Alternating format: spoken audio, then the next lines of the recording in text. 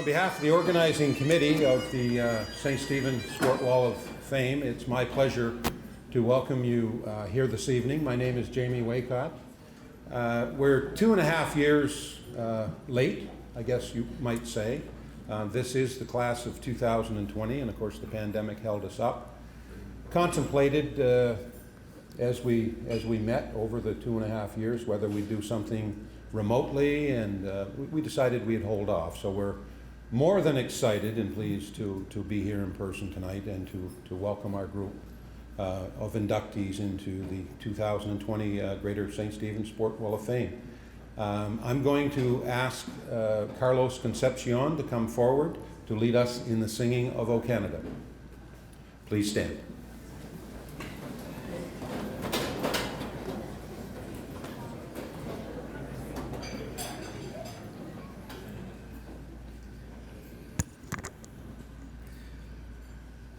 O Canada, our home and native land, true patriot love in all our sons' commands. With glowing hearts we see thee rise, the true north strong and free. From far and wide, O Canada, we stand on guard for thee. God keep our land glorious and free. O Canada, we stand on guard for thee. O Canada, we stand on guard for thee. Okay, the reason we are here, we're going to induct, based on the program that you have in front of you, we're going to start with the builder, and the builder this year is Pat Zwicker. And Pat, I'm going to have you come up in a few minutes, but I've got a few things here to say about you prior to you coming up to accept. The first of which, I've got 2 letters, Pat, that were submitted to me this evening from a couple of former athletes, and I see a number of your former athletes here, and I see a number of your colleagues here from St. Stephen High School, so it's great to see the support that you have. And I see your mom seated beside you, so very special welcome to you. First of all, my name is Val, and I know it's Val Ouellette, because I remember her at our school. And I first met Pat, or as we call him, Zwick, in 2009 when I made the Canada Games wrestling team. He was the girls' head coach of that team, Team New Brunswick, and that summer myself and 9 other girls from across the province moved to St. Stephen to train under his leadership. And it seems like yesterday I'd see that group and Pat running through our community and doing their thing in preparation. After the games, I moved back to my hometown, and she was from Campbellton, as I believe, or up in the northern part of the province. Francophone girl, second language being English. But anyway, after the games, I moved back to my hometown to start my grade 11 year. But I had this burning desire to win a national championship and make Team Canada. I ended up deciding to move and spend my last 2 years of high school training in St. Stephen. As I recall, I was telling Donnie earlier, she graduated as our top academic student that year. Chose not to be considered for valedictorian, felt that, it's not my place. I'm a guest at St. Stephen High School, but it speaks to a little bit of the character of the girl. He had his way of making you believe that everything was possible if you worked hard enough for it. His dedication and passion for the sport was unparalleled.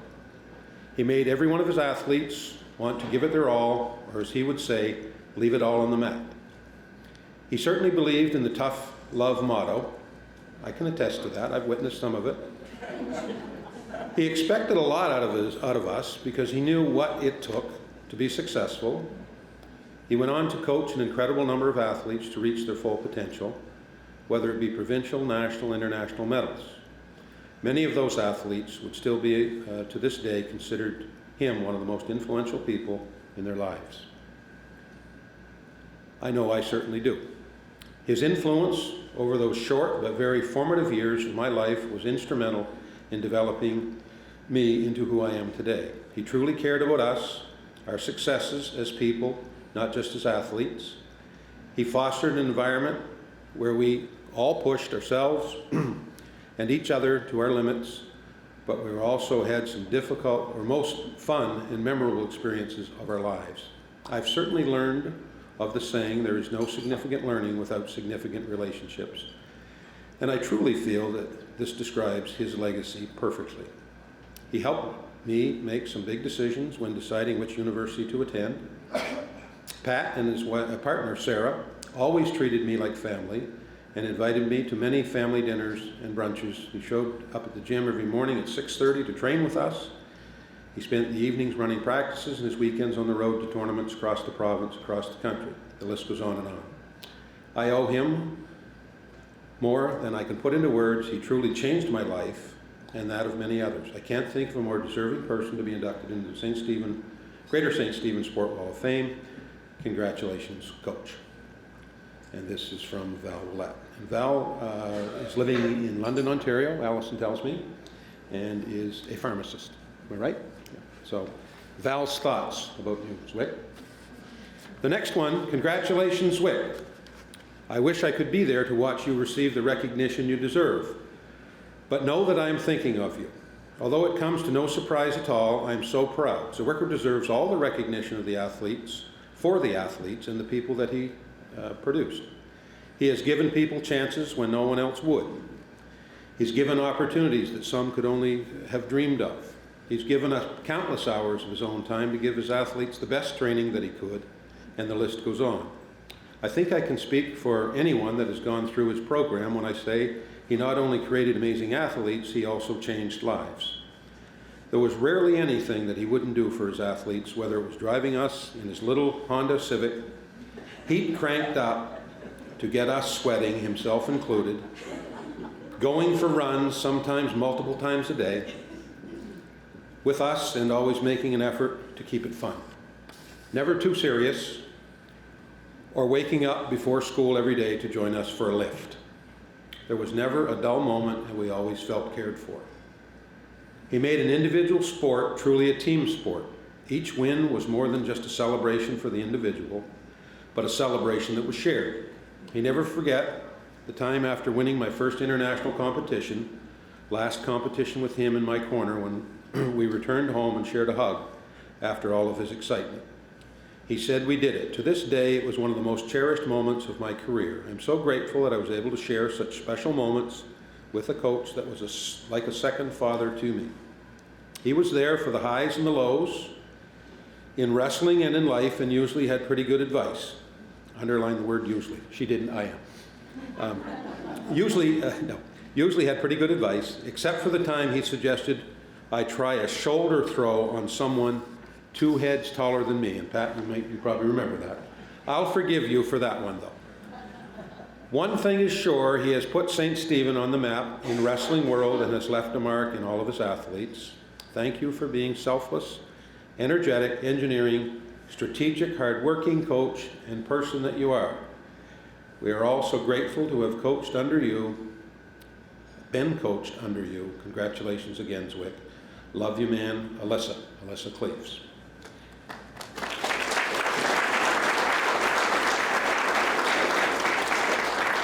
And Alyssa was the gold medal winner of Canada Games in 2009. Seems like yesterday that happened. And in 2012, they traveled, was it Guatemala, Pat? Am I right?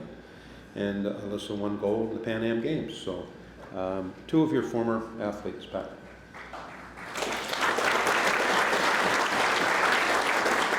Alyssa's living just outside of Calgary and is an engineer. So professionally is doing very well. I can add a little bit to that. These are 2 very accomplished athletes, 2 very accomplished academics. But I did witness Pat at school over the years. He took a lot of kids in that maybe came from families that didn't have the resources, the finances to enter programs at young ages.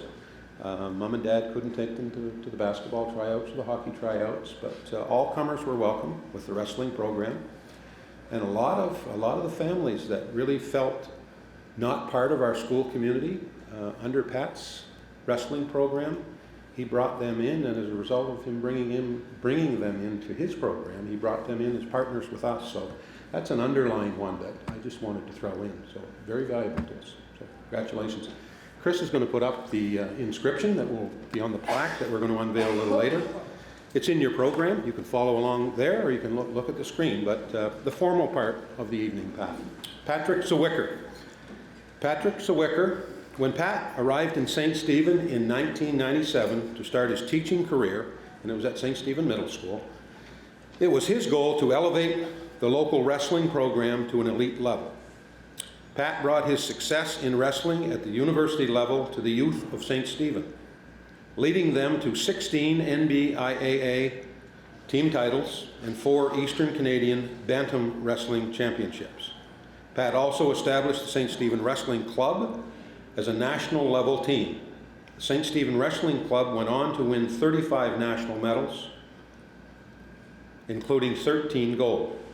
5 of his athletes made national teams and represent Canada at international competitions, winning 1 gold and 2 silvers. At the national level, Pat coached the NB Canada Games wrestling teams in 2005 and again in 2009, as was mentioned, to 2 gold medals, 4 silver. Zwick was appointed assistant coach on 4 national teams that competed in France, Scotland, El Salvador, and Guatemala. Pat's accomplishments in the gym are staggering, yet it has been his impact on the lives of his young wrestlers beyond the mat that he is most proud of. Pat Zwicker inducted into the Greater St. Stephen Sports Wall of Fame this day, October 22nd, 2022. Mr. Zwicker.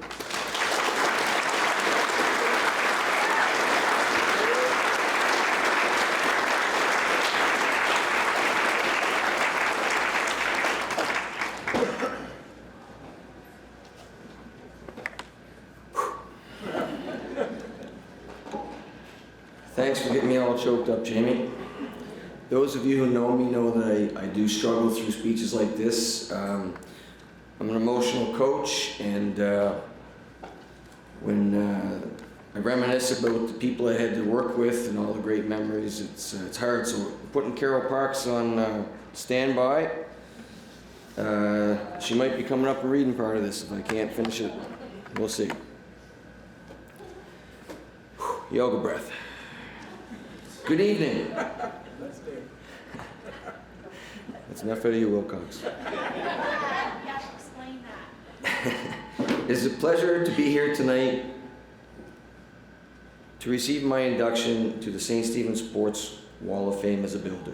I feel honored that the selection committee that consists of so many prominent leaders in our community would recognize the accomplishments of the St. Stephen Wrestling Club for this award. I would like to thank my mother, Maxine, for supporting my lifelong pursuits in athletics, and thanks to my partner, Sarah, and my son, Liam, for supporting all the time spent with my team. In August 1997, a teacher from St. Stephen Middle School made a phone call to the women's basketball coach at UNB, Joyce Slip. As Coach Slip took the call, the UNB wrestling coach, Don Ryan, was walking through the office. Joyce was told that St. Stephen Middle School was looking for a male phys ed teacher, and there was no time to spare in applying for the job. Don calls me with the information, and I scrambled to get to campus to fax my resume to District 10. The next day, I received a call inviting me to an interview. Charlotte County, here I come. The interview was a long and stressful process, as a panel of 5, including then Superintendent Paul Sweeney, bombarded me with questions and scenarios over 90 minutes long. It is at this time that I must confess that I was untruthful to Mr. Sweeney during the interview. I was never a Boston Bruins fan. Go Habs, go. My first wrestling team consisted of 27 of the roughest, toughest bunch of misfits I had ever come across. I would say that they were a cross between the Bad News Bears and the Trailer Park Boys. Prior to every practice, I would mentally prepare myself for an hour and a half of chaos in the smallest wrestling room I had ever seen and on the hardest mat ever made. The boys reminded me tonight we used to call it the Green Monster. It was hard. My team consisted of characters like Ryan Green, your Adam Casey, Danny Blanchard, Mackay Thomas, Disco Dave Scott, Brad McDougall, Mike McLean, Randy Daggle, and the list goes on. I was going to check on Carol. She did therapy like I did for teaching those kids. I wouldn't have traded them in for the world. I loved them all. Rob Reed and I took the team to 4 competitions that season, including the provincial championships. With 15 teams and well over 300 wrestlers in attendance, the Marksmen won their first ever provincial team title. They were a great bunch. In 1999, Rob and I took our team to the first ever Eastern Canadian Bantam Championships in Charlottetown, PEI. We did not have money to buy singlets, so we ordered each athlete a pair of green Saxon basketball shorts with an SSMS crest on them. Some of the other teams were not happy that our wrestlers were permitted to compete in shorts. There was a strict rule, singlets only. Charlottetown were just worried about the $50 a head registration fee we were paying, so they were good with it. 1 hour into the tournament, the buzz began. Every coach from outside New Brunswick were talking about the kids in the green shorts. I was hearing conversations between the other coaches. I said, "Where are these kids from with the green shorts?" And the other coach replied, "Some place called St. Stephen's." Emphasis on the S at the end. And then the other coach said, "Where the heck is St. Stephen's?" Anyway, the kids in the green shorts won the combined boys and girls bantam team title at that event, and everyone in attendance then knew where St. Stephen, New Brunswick was. In 2000, I started working with the St. Stephen High School wrestling team that was founded by my former UNB teammate Greg Doucette. Greg had moved on and Rob Reed was running the program, and he asked me to help. That year, wrestler Amber Binney asked me if I would train her to compete at the national championships in April. I told her that I did not think I could prepare her for that level of competition, and I advised her at that time to move to Bathurst and train under one of my former coaches, Michelle Cote, who was producing national champions at the time. Amber followed my advice, went to Bathurst, finished 5th at the national championships. Unhappy with her North Shore experience, Amber took another run at me, and I reluctantly said yes the next year.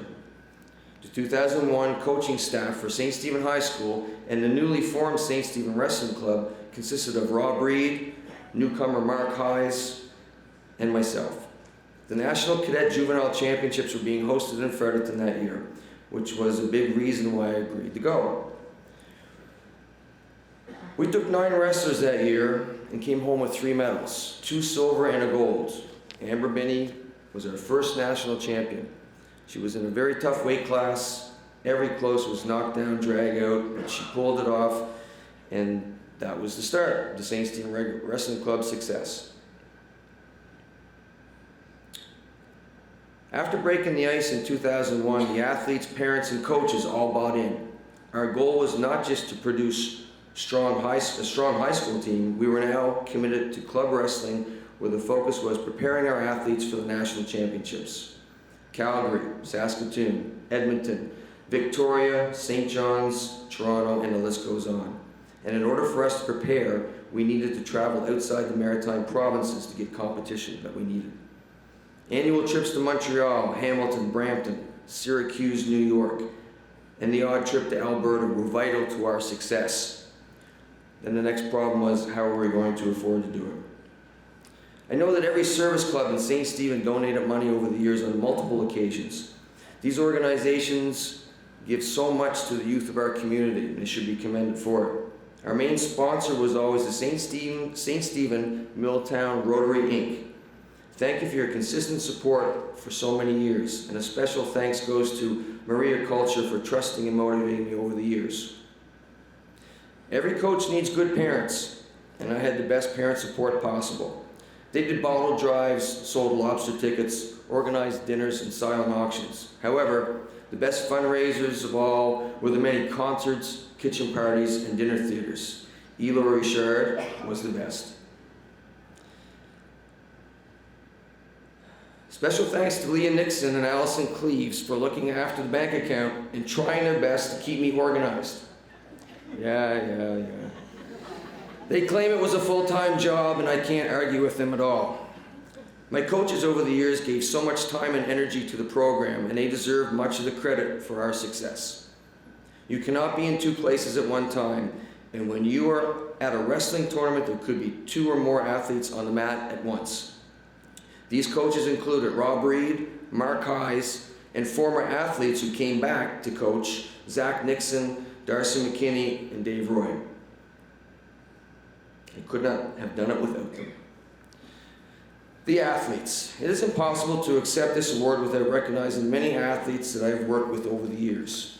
Their accomplishments range from winning a single match in a season to capturing the Pan American Championships. They represented their community, their province, and a few earned the right to represent their country. They always performed to the best of their ability and always made me proud. So many people played a huge part in our team's success over the years and motivated me to continue coaching. Former bosses Alan Dunfield, Jamie Waycott, Charlie Norman, Keith Pierce, Lorraine Matthews was always a big supporter of the club. Greg Fash, back in the day, as I was told, was the Rotarian that stood up and told the Rotary Club that we were a very worthy cause, and I thank him for that. People who might not know, they motivated me and inspired me over the years. Emmett Bresnahan, Mike Whitford, Judy Wilson, and Linda Lowe. Alyssa had arranged to be at this event to present the award to me in 2019, but unfortunately the pandemic got in the way of this event, and this event was postponed. I wish she could have been here tonight. I am sure that she will join me on the wall someday, as she was the club's most decorated athlete. At the beginning of my speech, I told you about a teacher from St. Stephen Middle School that made a phone call to UNB looking for a phys ed teacher. Well, that same person nominated me for this award. When Linda Lowe made up her mind she was going to do something, there was no stopping her. Linda and Sister Judy and the rest of the St. Stephen Middle School Breakfast Club back in the day are the people that made me first feel at home in this town. I wish Linda could be here tonight. Thank you.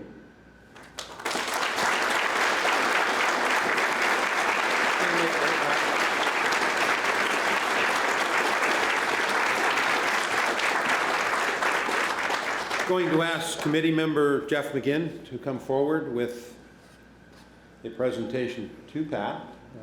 This is a print that is Pat's to keep.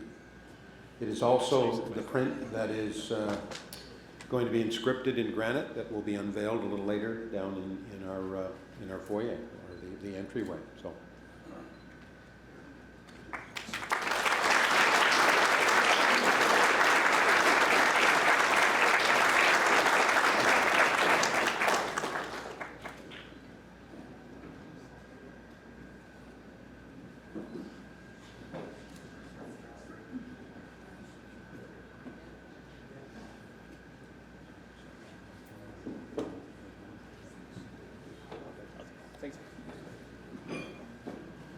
I'm going to introduce the committee members a little later on, but I will take the opportunity now to introduce Jeff McGinn. Jeff is an artist. He teaches at St. Stephen Middle School. He's been with the district for a number of years, but he's been a founding member of this committee. We knew we had a vision of what we wanted it to look like, our wall and the artwork and so on, and so Jeff was approached, and I know I speak for all of our committee, and I said it the other day, if Jeff McGinn doesn't belong to this committee, we are in trouble. Because he is the artist, he does the sketches. What you see in the wall is Jeff's work. I drove to St. John this morning because the framer that he had arranged in St. Andrews, something messed up, so he took off to St. John first thing this morning, picked up some frames. So just a special plug for that committee member.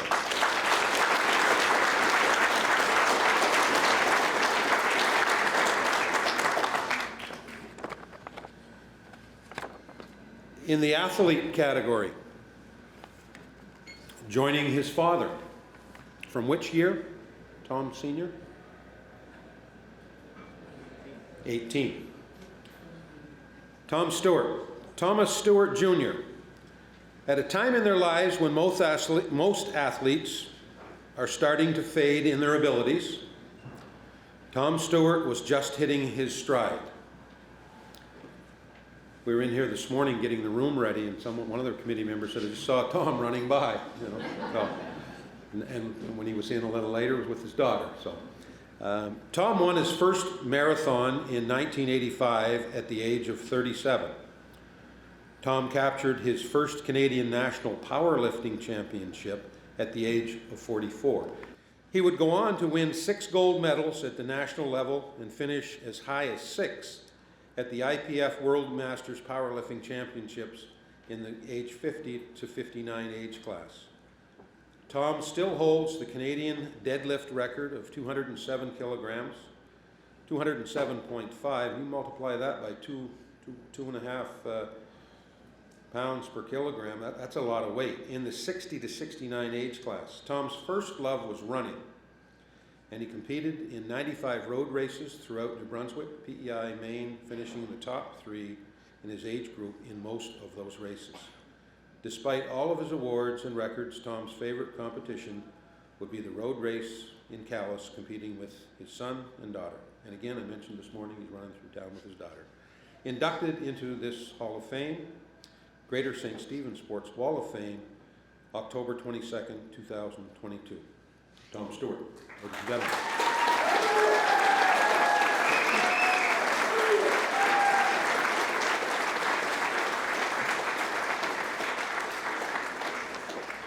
Hi, Rod. Thank you, and good evening. I'm so honored and humbled to be chosen as one of the inductees into the St. Stephen Sports Wall of Fame. It is such an honor for me because I will be on the wall with my father, as well as all the other local great athletes from this area. I was born and brought up in St. Stephen, so I know most of the inductees, and many of them I had some connection to while growing up. Weightlifting and running have always been an integral part of my life. I've been running consistently for actually 50 years this month, and weight training for 60 years. So I started when I was 14. To summarize my sporting activities, up till this point, I've run in over 125 road races, from 5K to 42K, and just some trivia, I calculate in total I've run over 200,000 kilometers, or 125,000 miles. I've worn out about 200 pairs of running shoes. With weightlifting, between 1993 and 2012, I competed in approximately 50 events. I competed provincially, nationally, and at the World Championships. With both running and weightlifting, I never really focused on winning. I always focused on doing my best, and if I accomplished that, I was happy. I truly believe that is the real lesson I learned from sport. Always strive to do your best. I use competition as a motivator as well to kind of keep me training. Through sports, I also met people from all over the country and developed lasting friendships. I still train with weights 3 days a week and run on average 4 or 5 days a week. And some may say, will you compete again? Well, I hope so. In closing, there are some people I need to thank. Number one, of course, is my wife, Yolande. She's always been my biggest cheerleader and supporter. Thank you to my children, grandchildren, and my brothers and sisters, some who traveled the entire way across the country to be here. And thank you to Yvonne Bartlett. She wrote me the letter of support as part of my nomination. she was very kind to me in her letter. I mentioned at the beginning about my connection to previous inductees. As I'm sure many of you know, Yvonne's father was Jake Donahue, is a former inductee. I was actually involved in a weightlifting program with Jake at the high school in 1981, and I'm proud to say I knew Jake all my life. A great guy and a very talented athlete. I also say, thank you to the people who volunteered to make this event happen. You do such a great job. And without the volunteers, we really wouldn't be here tonight. And thank you to all of you for coming here tonight and supporting this event. Enjoy your evening. Thank you.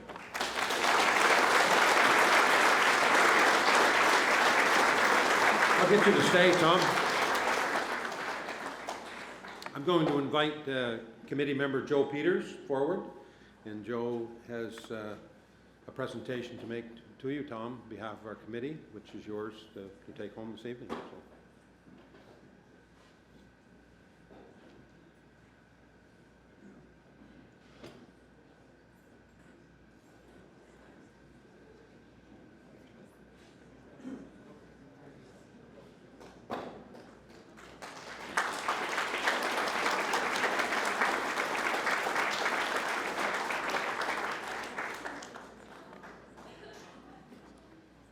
In the team category, I ran into a baseball guy the other day at the golf course, actually, who I think most of us have respect for and knowledge, and that being Jim Madsen. Jim's been involved with baseball for years here in the community. His dad, Norm, before him, and he was asking me about this evening, and he said, "You're inducting the." Or he asked, "You're still involved with that committee?" And I said, "Yes, I am. We're having our dinner Saturday night." He said, "I'll tell you right now, Jamie." He said, "That baseball team was the best of the bunch." He said, they were celebrated in the 30s with great teams. He said, "We had that team that came later with the Saukko Basins and some of the group from Maine." But he said, "This team from 1957 to 1960, all local guys, was probably the best of the bunch." So I thought I said, "Jim, do you mind if I quote you?" He said, "Well, no one would maybe believe it anyway, but I thought it was worthy of sharing." But I'm going to read the inscription as it's going to read on their plaque. St. Stephen St. Croix Baseball. The winning legacy of the St. Stephen St. Croix began in the 1930s. This tradition of excellence was further cemented between 1957 and 1960, when a group of young players won 4 straight Maritime Intermediate A championships. Team made up of exclusively local players, including Dick Canavan, Dick Glass, who's still living, Earl Hall, Lloyd Hamilton, Henry Hartford, Arthur McLeod, Lloyd McLeod, Roddy McMillan, who's here with us this evening, Jerry Manuel, a friend and neighbor who passed just short of our induction, and his family here at the table tonight, Phil McCarroll, Fran McHugh. Fran left us less than a year ago. Fran would have been here this evening as a living member. I'm not a big Facebooker, but Fran was a friend on Facebook after we had reacquainted ourselves over the last few years, and it popped up today, Fran's birthday. Fran McHugh's birthday today. So we lost Fran a few months ago, and shortly after that, of course, his wife passed as well.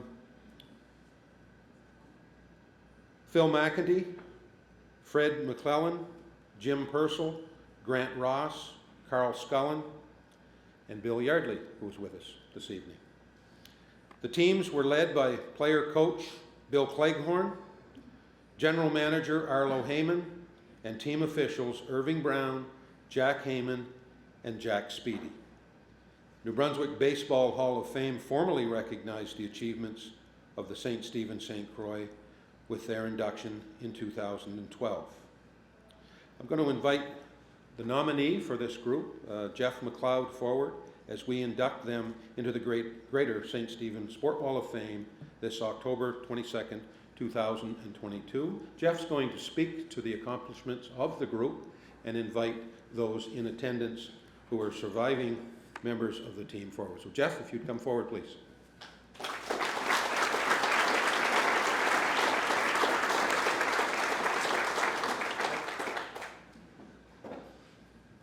Thank you very much, Jamie, and the committee. That's so important to this whole process. Whoa. One of their key players is missing tonight, and I just wanted to wish Mike Horn all the best. Hope he's feeling better soon. I took this off, Roddy, because it's yours. You were late. I'm sure you had a good reason, but I'm sure most of the people here wondered when I followed the bagpiper in just what was going on. So Roddy, that's for you.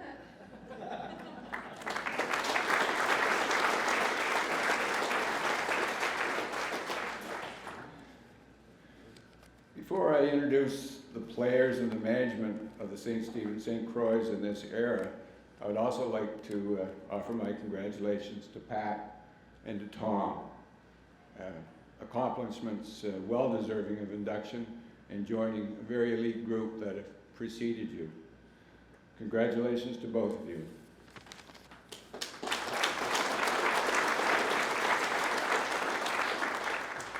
It's my pleasure to tell you a little bit more about the 18 players and the 4 management people who grouped together to really push this excellence to a level that's quite remarkable. The management group, as is outlined, was led by Arlo Heyman, Jack Heyman, and Irving Brown. All 3 of them, skilled administrators, negotiators, and dedicated supporters. The results of their coming together was seen immediately in 1957 when the first championships, and I want to expand on it, it was Maritime champions, but it was also provincial New Brunswick champions and Border League champions. And certainly the Border League was a tough league. You earned your dues in the Border League and you were ready for the rest of it. St. Stephen baseball, as is indicated in the brochure, was very successful in the 30s. However, there was a drought there between 1940 until about 1956. There wasn't a lot of championships. In fact, there was a bit of a void. Now, a lot of that had to do with things that were beyond control locally. But certainly when Arlo and his team came on board, results came quickly with that championship in 1957. One of the people on what I would call the management side, he really wasn't in management, but he wasn't a player either, but he had a significant contribution, and that was Jack Speedy. Jack was officially the team statistician. Roddy's smiling already. And he was a character, and he also wrote for the St. Croix Courier. And without Jack's contribution and the journalism that followed it, I don't know if I'd be here with this nomination, to be honest with you, would I, Roddy? I mean, he wrote history. And that was ever so important. And not only did he write history, but through the Courier, the community became engaged and aware of what was being accomplished in that era of 57 to 60. Now, I'd like to make just a brief comment about each of the 18 players that are being inducted. There's actually a book here, I think, and it's a shame that I don't have the time or the research to tell you a little bit more than just introduce the players. But at this time, I'll start with the player coach, Bill Cleghorn, also known as Junior. Junior Cleghorn was the playing coach. These teams had Bill's leadership stamped all over them. From his position in center field, Bill directed the team. He was a fine fielder, a good relief pitcher, and he led by example. Dick Canavan was the ace of the pitching staff. Game on the line, Canavan on the mound. Dick played the infield when he wasn't pitching at times, and he was a solid hitter. According to the Jack Speedy accounts that I read, in one game in the playoffs, Canavan had 7 runs batted in. Pretty significant number. Dick was also an outstanding basketball player. In fact, he's in the New Brunswick Sports Hall of Fame as a member of one of the great St. John area teams. The next player I'd like to introduce is Grant Ross. Grant was what you'd call the prototypical catcher. rugged, tough, behind the plate. Grant guided the pitching staff, worked the home plate umpire, and was able to hit with a lot of power. One of Grant's best friends was Hank Hartford. Hank and Grant were not only battery mates, they were close friends. Hank was at the time the young, hard-throwing left-hander, and he went on to pitch later on in London, Ontario, after he left the St. Croix. First base was owned by Jim Purcell. He was an all-star first baseman, solid defensively, and could hit line drives to any part of the field. Jim was also the voice of the team. He would encourage teammates, and he would agitate with the opposition. I think it's safe to say, from what I've been told, Jim Purcell talked trash before we even knew it was trash.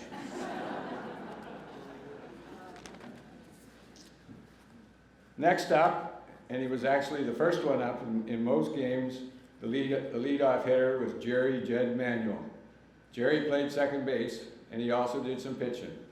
Jerry was a fiery competitor, and as a leadoff hitter, he regularly got on base, and he scored a lot of runs.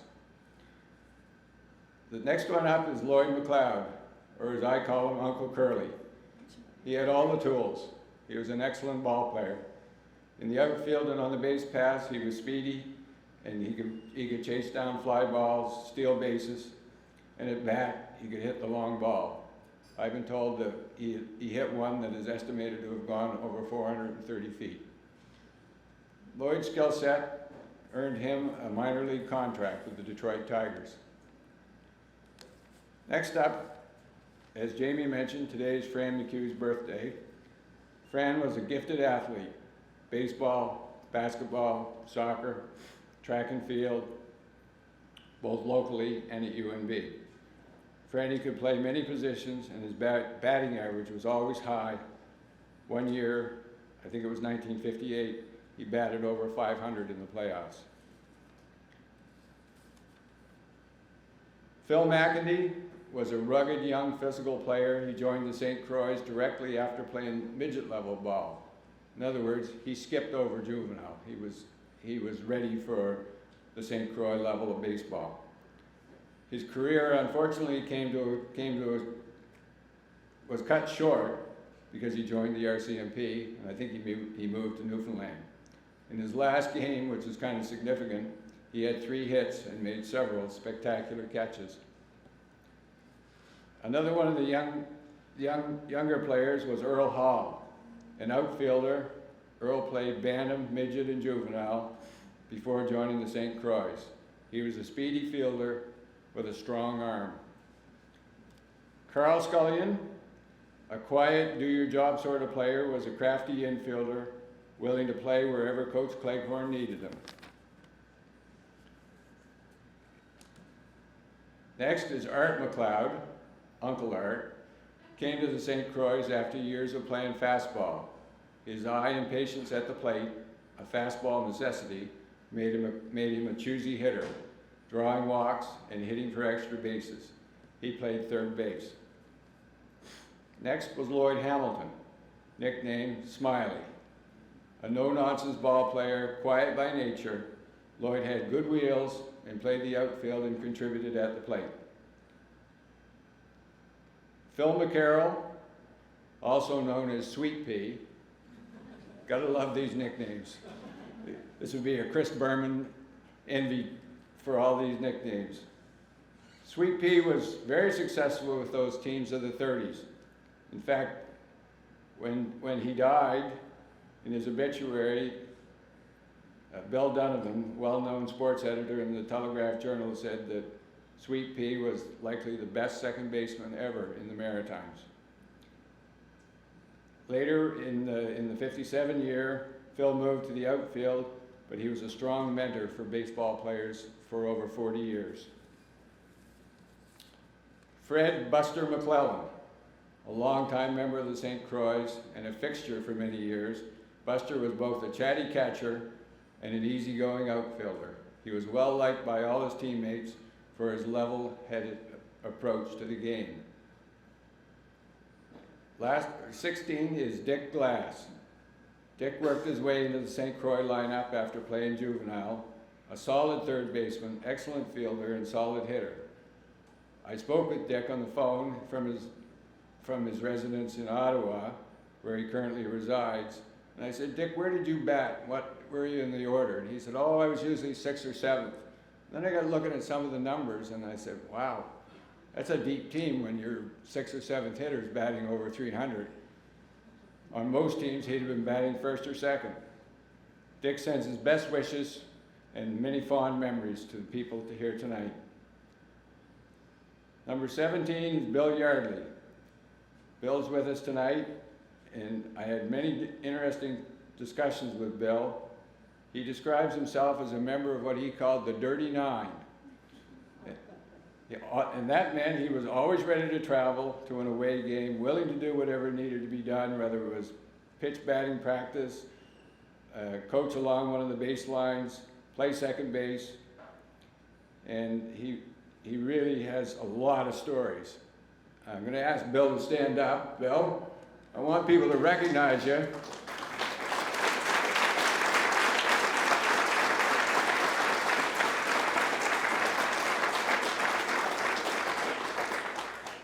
I want you to be recognized for 2 reasons. One, for your accomplishments, and secondly, if any of the people from the baseball families want to hear the stories, that's the man to go to.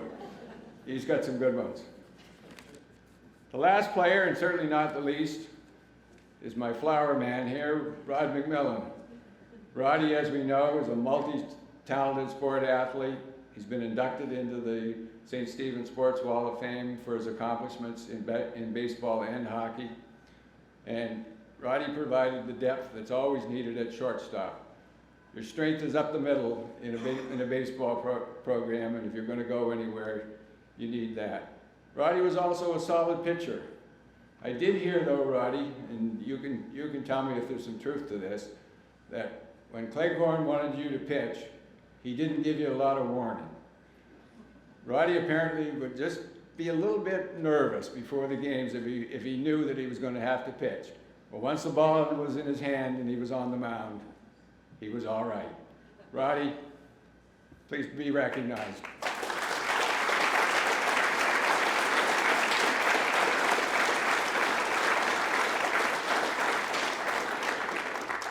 I'd ask Rod and Bill if they would please come forward and accept the commemorative picture on behalf of all their teammates from the 1957, 58, 59, 60 St. Croix.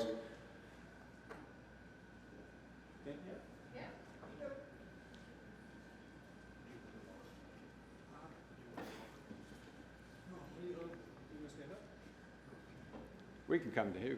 We can come to Roddy. Yeah, we'll come to Roddy. Here we are. And I'm going to ask committee member Jim Maxwell if he would assist in the presentation.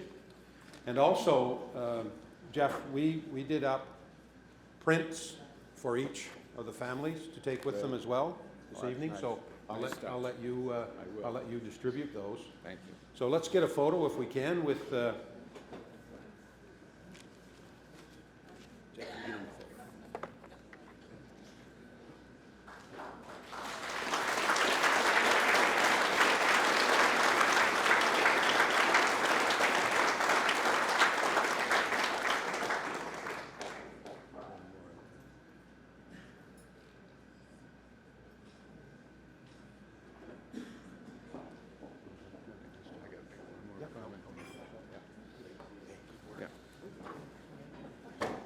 I just have one more thing that I'd like to ask people to do, if you wouldn't mind. I'd like the family members of the baseball teams to stand, please, so they too can be recognized for their support and contributions, not only during the baseball years, but for tonight as well. And thank you all for helping me pull this together. So would you please stand so that you can recognize each other?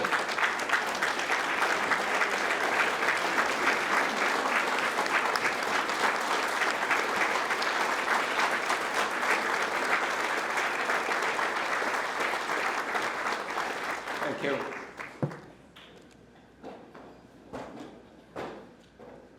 Thank you very much, Jeff, and some great history there that you've shared. just going through my notes, and actually this afternoon, as I was preparing for this evening, and I just pulled this out of my notes, my 4-year-old grandson was visiting this afternoon and ended up in my pile of things to do. Before we go downstairs, though, to unveil our wall, and I'm going to invite a member of each family who is a deceased member of the baseball team to join us in the photo downstairs of the unveiling of the wall. And anyone else that wants informal pictures once we've done the unveiling, feel free to do so. The bar will remain open up here for anybody that wants to continue socializing for a bit. Linda Lowe was mentioned specifically by Pat as someone who was a great mentor and supporter of his being here. And Linda was a founding member of our committee. We miss her dearly on our committee. She was a workhorse. She did the work of 5 people. We've got a very capable committee, but we certainly wanted to acknowledge Linda in our program, and all that knew her knows of the love that we had for her. Spartan TV has been brought into the fold this year. St. Stephen High School has a very successful TV program, if you will, for lack of terms. But they are the official photographers here this evening, and they, along with our capable committee member Chris Horn, we're hoping to dress up next year's, actually not next year's, next spring's. We're going to be doing this again in May. We hope to be back on track with our audiovisual presentation, or that component of the evening. So special welcome to them. I do want to acknowledge and hold your applause to the end, but all of the committee members, Jeff mentioned the volunteers, and it's a very, very hard-working committee. We all chip in, and as the saying goes, many hands makes light work.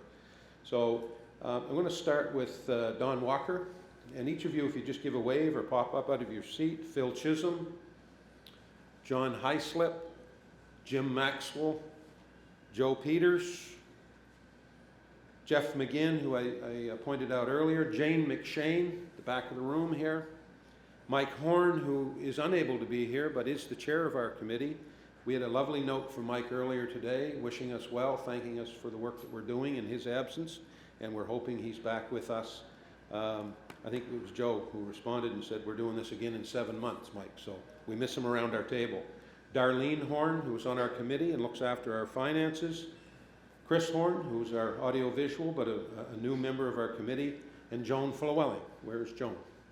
Back here. Also wanted to point out, each year that I've done this, it's always nice to welcome back members of the Wall of Fame, and we have 2 members who were previously inducted who are with us this evening, one being Jim Maxwell, so special acknowledgement to Jim.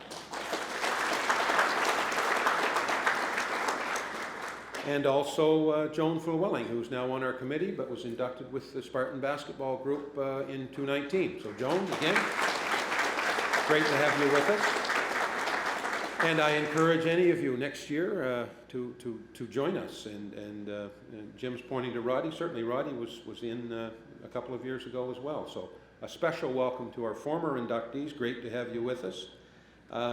This will bring this portion of the evening to a close. We are going to go downstairs. Each of the inductees, we're going to gather in front of the wall, facing it. I would ask, again, at least one representative of each of the baseball families to join us as well. And then we'll get some official photographs, and then it'll be a mix and a match from there at your liking. So thank you for attending, and best wishes to all of our inductees, and enjoy the rest of your evening.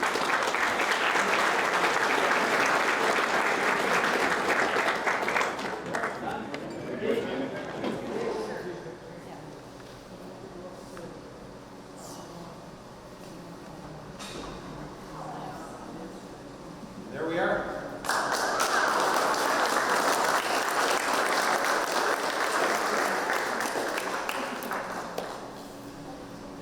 Can you tell me how it feels to get this kind of an honor in your community? Well, it's for me, it's a great honor. My father's on the Wall of Fame as well, so we're kind of the first father-son combination, which is plus. I was born and brought up in St. Stephen and lived all my life here, so, I know all these inductees, Jake Dunno, Roddy McMillan. I was just talking to Roddy, and I used to see when I was training for marathons back probably in the 80s. I used to see Roddy on the route. He'd be going one direction, I'd be going the other. So it's great to be recognized by your hometown. And I always, running and lifting weights is just something I've always done. It wasn't for recognition. It was just, I guess, became part of my life, and I kept on doing it. So, this is great. It's a great honor. Why do you think St. Stephen, for such a small community, seems to produce so many extraordinary athletes as well as coaches? I don't know. I guess maybe there's a little more motivation to do it here than there are some places. Other than that, I really couldn't say. But there are some great athletes that have come out of St. Stephen. And finally, you said your dad is on the wall too. What does it mean to see both of your names up there tonight? Well, for me, my father's actually in the New Brunswick Sports Hall of Fame as well. So it's, I guess, I don't know if I can put it into words. To have both of us up there, father, son, and be the first, it's just, it's a great feeling.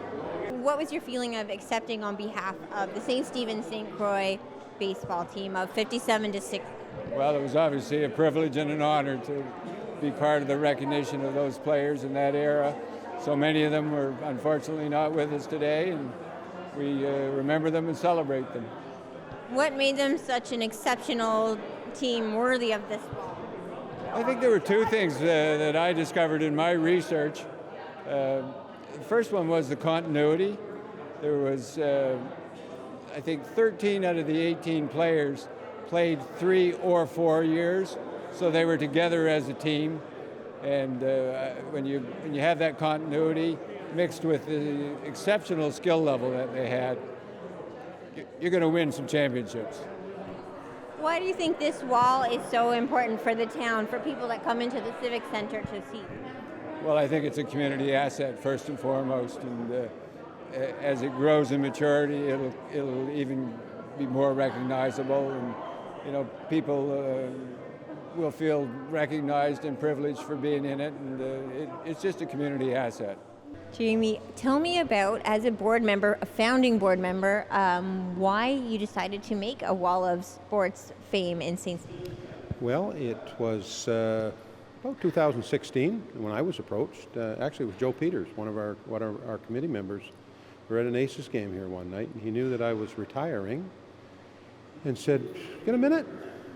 So when he suggested this, I said, "Yeah, that's something we should be celebrating. We got this brand new facility. Why not?" And it was an easy yes. So yeah, I've been involved as a committee member since 2016. This being our 4th, so I've been here for each one of them. What kind of a presence do you think it has when people pass by this hallway? It's the main artery of the Garcelon. Do you think it has an impact, especially on maybe younger athletes who are just coming up in their athletic career? I would hope so. Yeah, it's very attractive. As you can see, we've taken some good time to make it of quality, and I would hope that people, when they come in and they're browsing in between periods, or kids coming and going, that they can look and be proud of some of the accomplishments in our greater St. Stephen community, athletically. What goes into picking the athletes who are celebrated each year? Well, we have 3 categories. We have a builder, a coach, or an athlete, and a team each year. There's a nomination process, so someone has to be nominated, and there are all kinds of potential nominees out there, but someone's got to actually take and fill a form out, either electronically online or here now at the Civic Center, and fill it out. And it's submitted to our group, and there's 11 of us on the committee that view each of them on their merit each year, and we encourage others to submit applications for sure. As you mentioned, had to take a few years off because of the pandemic. What did it feel like to be back at the microphone and back in that banquet hall? Right. Well, this group was our class of 2020, which would have happened in May. May is the month of the year that we traditionally do this. So it's been actually 2.5 years waiting for this. We contemplated doing online or electronically do something. But we decided, you know what, it's the personal touch that really makes it for the families and the inductees. So we held it. But so yes, very nice to be back and in person. And we're cautious. We kept our ticket numbers down. We were happy for the big crowd we had, but we were happy to spread the tables out a little bit too. It's a great wall. The portraits are done by a local teacher. He's a middle school teacher, Jeff McGinn. He's a founding board member. He's an outstanding artist, and as was mentioned at the banquet, I'm not sure where we would be without Jeff doing the work that he does, so we're happy to have him on board. You're one of the founding members of the committee. Why did you come up with the idea to do this? What was the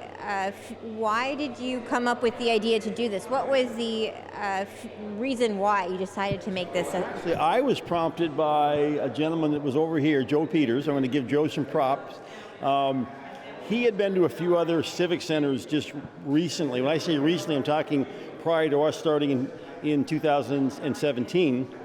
And he noticed that they had these incredible walls of fame, and he got thinking about St. Stephen. I mean, we have a very rich history of sports heritage, and we have nothing to commemorate people. So he thought that given the fact that we have a new civic center, why don't we have something like this?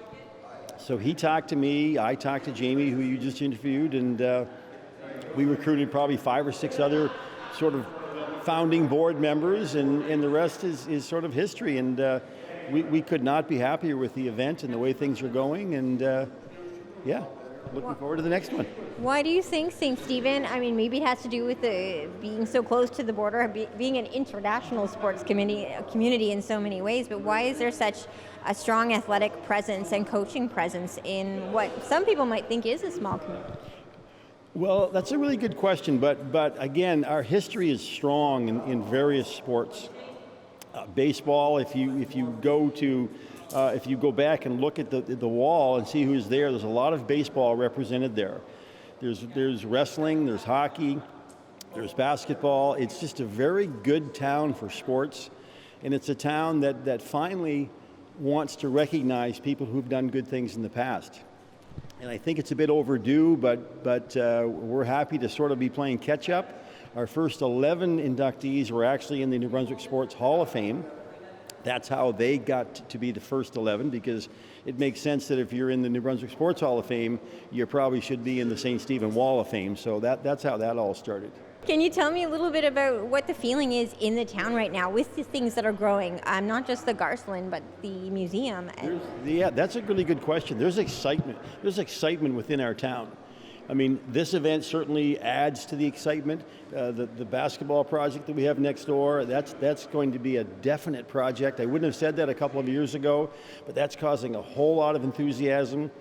The prospect of the hotel, I know that's a little bit of a stumbling block across the way here, but when that gets up and running, and I'm confident that it will in a relatively short period of time, there's just a lot going on in St. Stephen. There's a lot of people willing to help out, a lot of good programs on the go, a lot of good volunteers, and I think that's what builds any community and makes it strong is a core group of volunteers.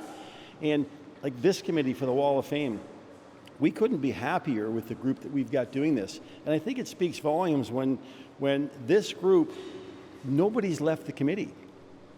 And as a matter of fact, we've added a few because they see what we're doing and they want to be involved in it, and they're happy to be involved. And I think that's sort of typical of our town. And the same can be true for the project across the street, the basketball project. Got a great board on the go there. We've got a lot of good things happening, and it's an exciting time to be a part of St. Stephen's sports sort of heritage, so to speak. You can't help but notice that the location for the Wall of Fame is in a corridor where a lot of young hockey players, athletes, swimmers will be passing. Is that part of the reason for the location? It is part of the reason. We definitely wanted it here, and we wanted it in a high visible area. I mean, the post behind me is a little bit of a distraction, but we couldn't do anything about that. But I've been in here several times, and I see people stopping and looking at that wall, and that's exactly what we want. We want them to stop and look at the picture and look at the builder, the athlete, the team, and what did they do and what era did they come from, and I think that's a really important part. as well as my girls basketball team were servers tonight. Well, they were here, for two reasons. One, to serve and to help out, but also to be a part of what was going on. I think it was important for them to see that. And we had a couple other high school students that were ambassadors that we invited to be a part in helping people up to the event. But again, they get to sit down and enjoy the meal and to see exactly what goes on and to think about their futures in sport.